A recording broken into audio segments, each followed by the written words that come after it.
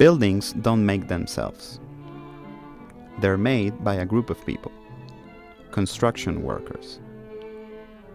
Crane World is about this group of people, construction workers.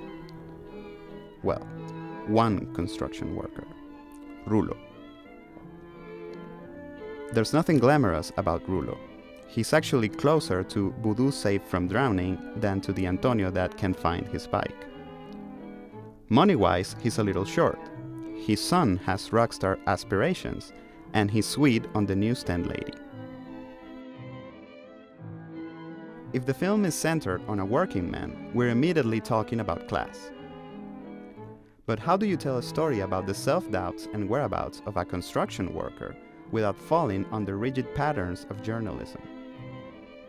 Using like setups to tell the story. We assume it's a conscious decision on director Pablo Trapero's part, because the artifice, so to speak, is constantly there and from the very beginning. If there are two different like sources in a scene, we can clearly see which side of the social market Rulo is in, without much apparatus.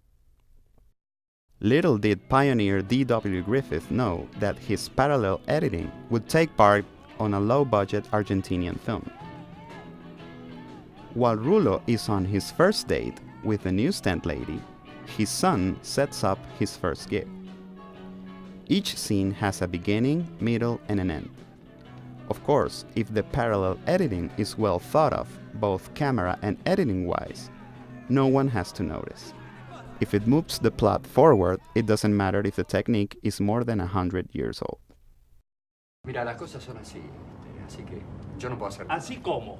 ¿Así cómo? Así como son, ¿no? ¿Cómo mierda es la cosa acá adentro? ¡Raja! ¿Raja qué? Raja, Martín. Raja las pelotas de acá. Raja, haceme el favor. No me voy nada. ¿Por qué me voy ahí? ¿Y por qué sí? Porque te tenés que ir, porque ya no tenés más laburo. Mirá qué claro que es. ¿Ah, sí? Vas, te tomás un café, reflexionás un poco y pensás ¿sí? lo que vas a hacer. ¿Y cómo se arregla esto? No sé, vos lo tenés que arreglar, no yo. Again, two like sources. One stands above the other. This is where the pre-planned aesthetic in Crane World becomes evident, instead of the happy accident term clearly overused by filmmakers. When everything is going fine in Rulo's world, he seems to be surrounded by natural light. And when things seem to go the other way, the artificial light takes over.